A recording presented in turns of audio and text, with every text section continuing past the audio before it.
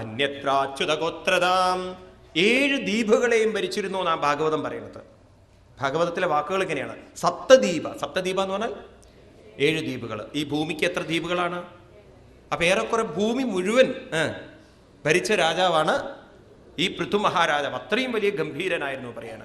അങ്ങനെ ഇരിക്കെ ഒരിക്കൽ അദ്ദേഹം തൻ്റെ സഭയിൽ എല്ലാ ജനങ്ങളെയും വിളിച്ചു വരുത്തിയിട്ട് അദ്ദേഹം ആ സജ്ജനങ്ങളായിട്ടുള്ള ആളുകളോട് പറയാണ്, അദ്ദേഹത്തിന് പ്രജകളോട് പറയാണ്, ഇനി ഞാൻ നിങ്ങളുടെ ഭൗതിക കാര്യങ്ങൾ ഞാൻ നോക്കി, നമ്മുടെ രാജ്യത്തിൻ്റെ ഫലഭൂയിഷ്ഠതയ്ക്ക് വേണ്ടിയുള്ള കാര്യങ്ങളൊക്കെ ഞാൻ ചെയ്തു, ഇനി ഞാൻ നിങ്ങളുടെ മനസ്സിനെ ഉയർത്തേണ്ട കാര്യം കൂടി ചെയ്യണം.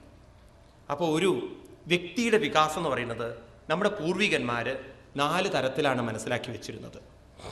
4 തരത്തിൽ. ഇതിനെ പറയും ശാരീരികം, മാനസികം, ബൗദ്ധികം, ആത്മീയം.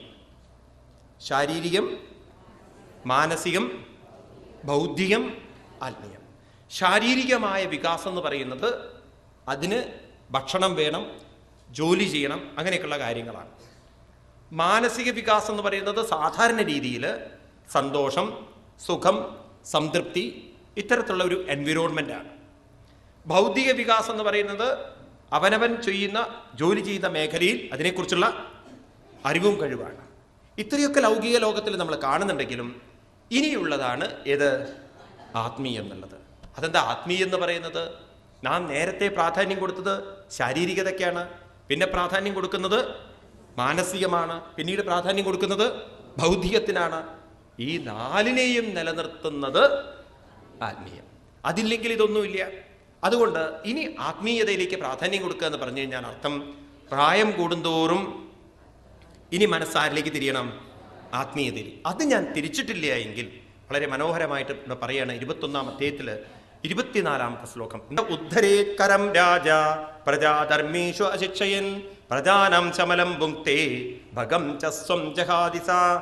ഉദ്ധരേത്, ആരാണോ ഉദ്ധരിക്കുന്നത്, പ്രജാധർമ്മേഷു അശിക്ഷയൻ, ആരാണോ പ്രജകളിൽ നിന്ന് കരം വാങ്ങിച്ച് അവരുടെ മനസ്സിനെ ധർമ്മേഷു, ശരീരത്തിൻ്റെ ധർമ്മം കഴിഞ്ഞു, ഞാൻ കൃഷി പഠിപ്പിച്ചു തന്നു, നിങ്ങൾക്ക് ഭക്ഷണാദികൾ ഉണ്ടാക്കാനുള്ള കാര്യങ്ങളൊക്കെ നിങ്ങൾ മനസ്സിലാക്കി, ഈ ഭൗതികമായ വികാസത്തിന് വേണ്ട മാർക്കറ്റുകളും അതിൻ്റെ ട്രാൻസാക്ഷനും ബിസിനസ്സും, ഒരു സ്ഥലത്തുള്ള വെജിറ്റബിൾ ഇങ്ങോട്ട് കൊണ്ടുവരണം, വേറെ സ്ഥലത്തുള്ള സാധനം ഇങ്ങോട്ട് കൊണ്ടുവരണം, ഇവിടുന്ന് അങ്ങോട്ട് കൊടുക്കണം, ഈ സംവിധാനങ്ങളൊക്കെ ഞാൻ നിങ്ങൾക്ക് ചെയ്തു തന്നു. നിങ്ങളുടെ ശരീരത്തിൻ്റെ നിലനിൽപ്പിനും സമൂഹത്തിൻ്റെ നിലനിൽപ്പിനും വേണ്ട ഒക്കെ ചെയ്തു തന്നു. ഇനി ഞാൻ നിങ്ങളുടെ മനസ്സിനെ ഉയർത്തേണ്ട ചെയ്തു തന്നിട്ടില്ലെങ്കിൽ ശമലം ഭുങ്ക്തേ എന്നാണ്, ഞാൻ നിങ്ങളുടെ പാപം കഴിക്കുന്നവനാണ്, ഞാൻ വലിയ പാപിയാണെന്നാണ്. അപ്പോൾ ഒരു ലോക നേതാവ്, ഒരു രാഷ്ട്രീയ നേതാവ് അല്ലെങ്കിൽ രാജ്യം ഭരിക്കുന്ന രാജാവ് ജനങ്ങളെ ഭൗതികമായും ഉയർത്തണം, ആത്മീയമായും ഉയർത്തണം. കാരണം ശരീരത്തിന് എന്തെല്ലാം കംഫർട്ട് കൊടുത്താലും, ഈ ശരീരത്തിന് എന്തെല്ലാം സംവിധാനങ്ങൾ ഒരുക്കി കൊടുത്താലും അവസാനം ഈ ശരീരം പോകുന്നത് പ്രകൃതിയിലേക്കാണ്. വീണ്ടും ഈ പ്രശ്നങ്ങൾ പരിഹരിക്കപ്പെടുന്നില്ല. വീണ്ടും ആ ജീവൻ ഇങ്ങോട്ട് തിരിഞ്ഞു വരണം, വീണ്ടും ശരീരം എടുക്കണം, വീണ്ടും അനുഭവങ്ങളിലൂടെ കടന്നു പോകണം. എത്ര കാലം ആ ജീവനെ സേവിക്കണം? എത്ര കാലം ആ മനസ്സിനെ സേവിക്കേണ്ടതുണ്ട്? ആ മനസ്സ് എവിടെ നിന്ന് പുറപ്പെട്ടുവോ അവിടെ എത്തിച്ചേരുന്നവർ. അല്ലെങ്കിൽ ഈ ജനജീവിതങ്ങൾക്കൊരു അവസാനമില്ല, അത് എത്തേണ്ടടുത്ത് എത്തേണ്ടതുണ്ട്. അപ്പോൾ ലൗകികമായിട്ടുള്ള അല്ലെങ്കിൽ ഭൗതികമായിട്ടുള്ള കാര്യത്തിനും പ്രാധാന്യം കൊടുക്കണം, ആത്മീയമായിട്ടുള്ള കാര്യങ്ങൾക്ക്. നോക്കൂ, ഇന്ന് നമ്മുടെ രാജ്യം എവിടെ നിൽക്കുന്നു എന്നുള്ളത്. മനുഷ്യൻ്റെ മനസ്സിനെ ഉയർത്തുന്ന വല്ലതും നമ്മുടെ രാജ്യങ്ങളിലുണ്ടോ?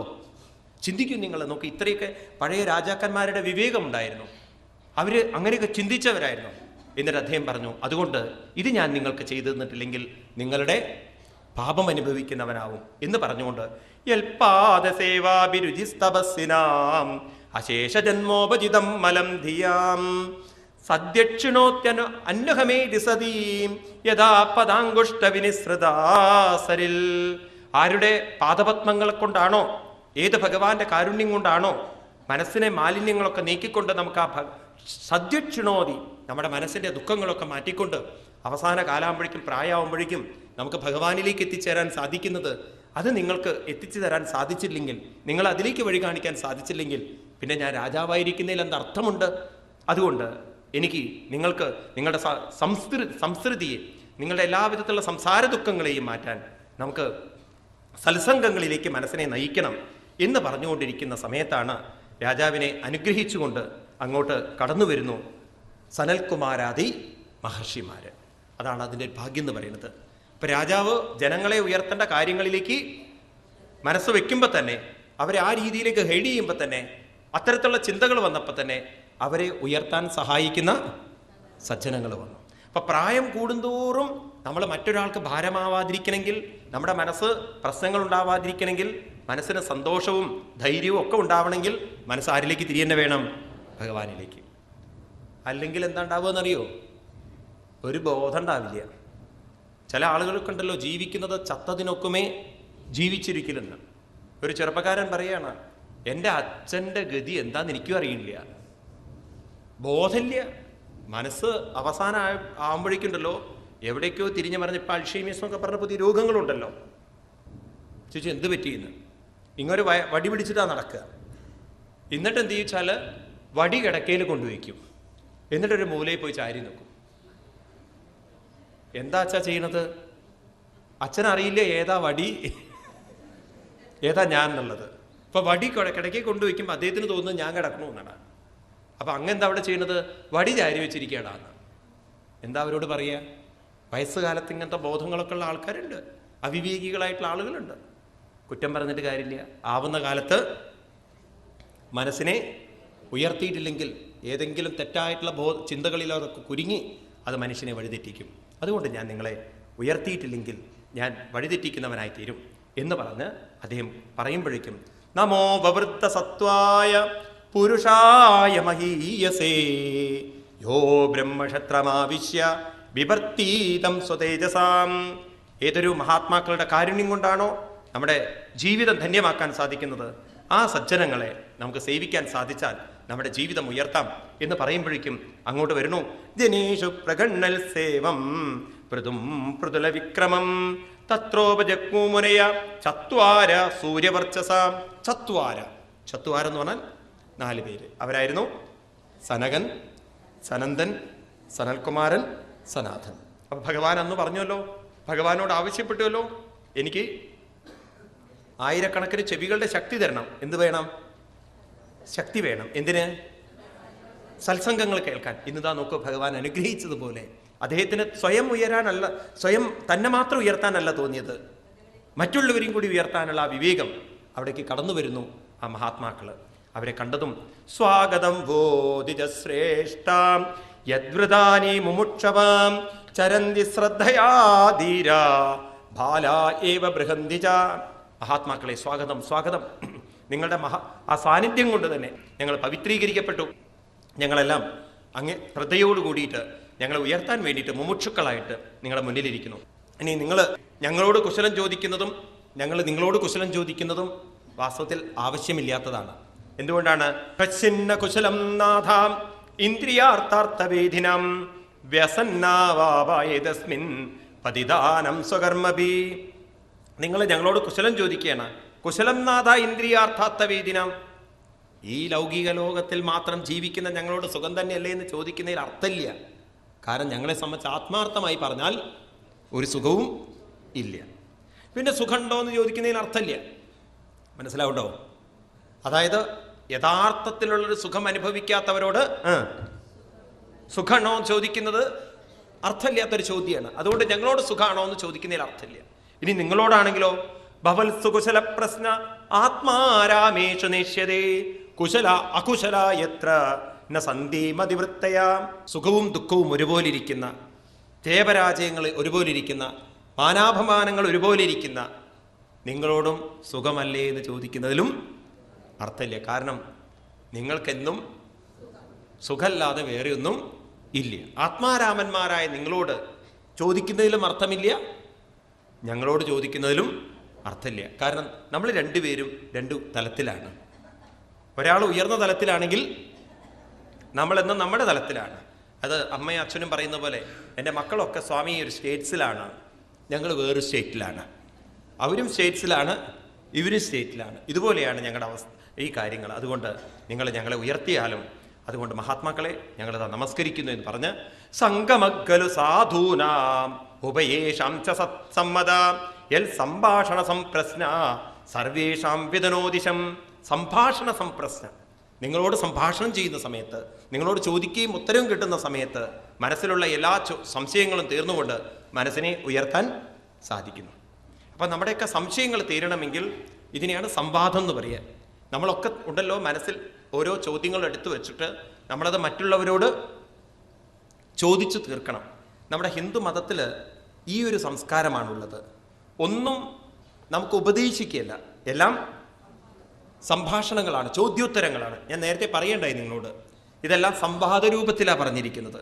ഒരാൾ ചോദിക്കുന്നു, അതിനുത്തരം പറയുന്നു. ചോദിക്കാനുള്ള പരിപൂർണ സ്വാതന്ത്ര്യം നമുക്കുണ്ട്. ആ ചോദിക്കാനുള്ള സ്വാതന്ത്ര്യത്തെ നമ്മൾ ഉപയോഗപ്പെടുത്തിയിട്ട് നമ്മുടെ സംശയങ്ങളെയൊക്കെ തീർത്തുകൊള്ളണം.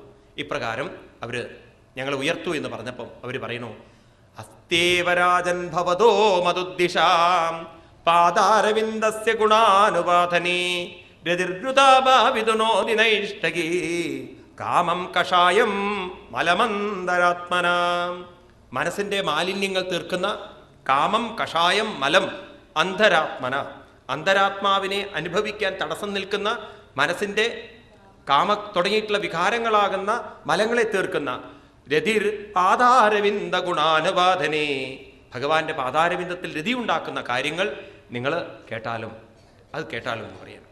ആദ്യം പറയുന്നു, ശാസ്ത്രേഷിയാന്യേവ സുനശ്ചിതോ നൃണാം ക്ഷേമസ്യ സദൃഗ്വിമശേഷഹേതു അസംഗ ആത്മാ വ്യതിരിക്ത ആത്മനി ദൃഢാരതിർ ബ്രഹ്മണി നിർഗുണേചയാം.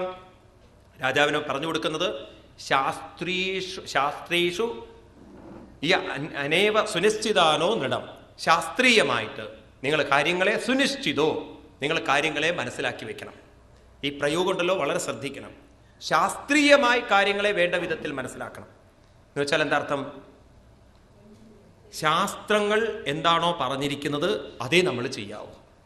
ശാസ്ത്രത്തിൽ പറയാത്തതൊന്നും നമ്മൾ ചെയ്യരുത്.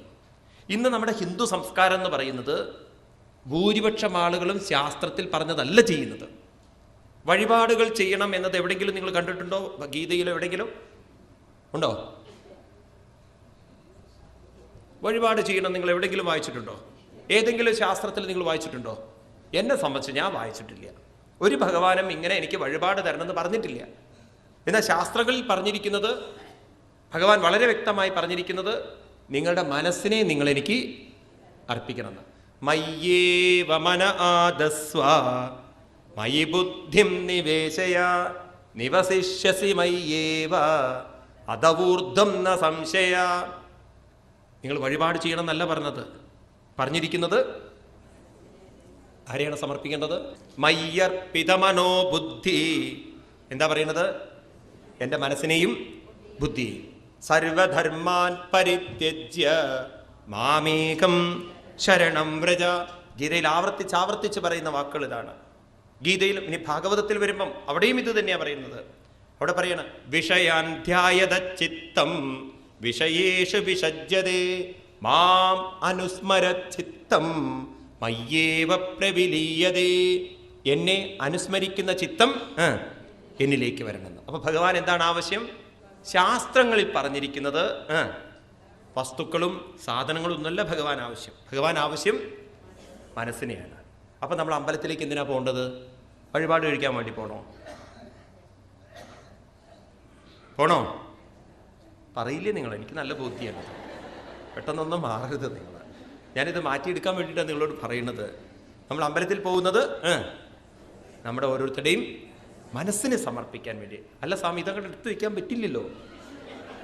എടുത്തു വയ്ക്കാൻ പറ്റിയ സാധനം അടിച്ചാൽ നന്നായിരുന്നു. മനസ്സെന്ന് പറയുന്ന സാധനം എടുത്തു വയ്ക്കാൻ പറ്റുമോ? മനസ്സിനെ സമർപ്പിക്കുക എന്ന് പറഞ്ഞാൽ എന്താ അർത്ഥം? മനസ്സിൽ ബാക്കിയുള്ള ചിന്തകളൊക്കെ മാറ്റിവെച്ച് ഭഗവാനിലേക്ക് മനസ്സിനെ അർപ്പിക്കുക. ഏത് ഭഗവാനിലേക്ക്? അതിന് നമുക്ക് നല്ല ബോധ്യം വേണം. ആത്മവ്യതിരിക്ത ആത്മനി അസംഗ. ഈ ശരീരമാണ് ആത്മാവെന്ന ചിന്തയിൽ നിന്നും മനസ്സിനെ അസംഗം.